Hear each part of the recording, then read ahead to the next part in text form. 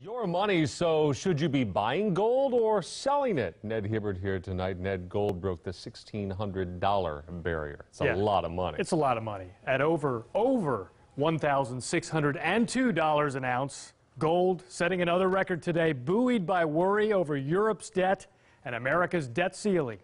Clearly, some people are buying in while others are cashing in.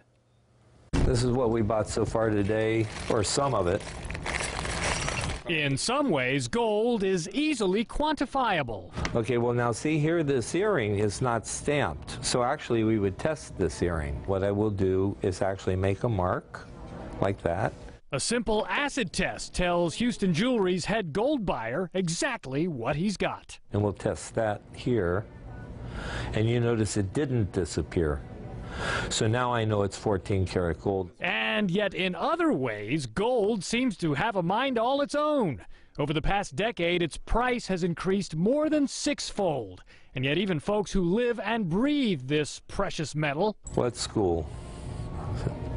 Spring Branch. People like Jeffrey Austin have trouble bending gold to their will. We took all of our old gold that my wife had one earring and everything, and I sold it at about $900 an ounce.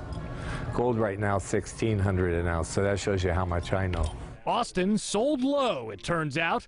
RBC financial advisor Rick Friedman, on the other hand, bought high. Yeah, I've got gold coins sitting in my safety deposit box that I've held for the better part of 25 or 30 years, just waiting for this, for the turn of events, and finally I'm breaking even on the gold that I bought 30 years ago. Gold can be devilishly hard to predict, but in times of turmoil, says TriStar Financial's John Bott, it attracts investors seeking monetary bedrock. It's a hard asset. It's real. It's not a notional currency like what most of the world is living with right now. The dollar is probably going to go down, and they want something they can spend internationally that will retain its value. Friedman agrees the dollar will likely drop as America pays down its debts. Inflation will rise.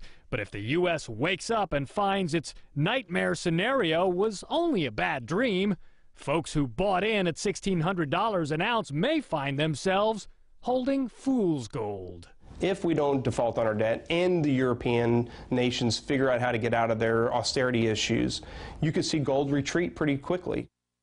In other words, what goes up must come down. Hey, we've seen this bubble before in internet stocks, in housing, heck, even in gold itself. And as always, timing is everything.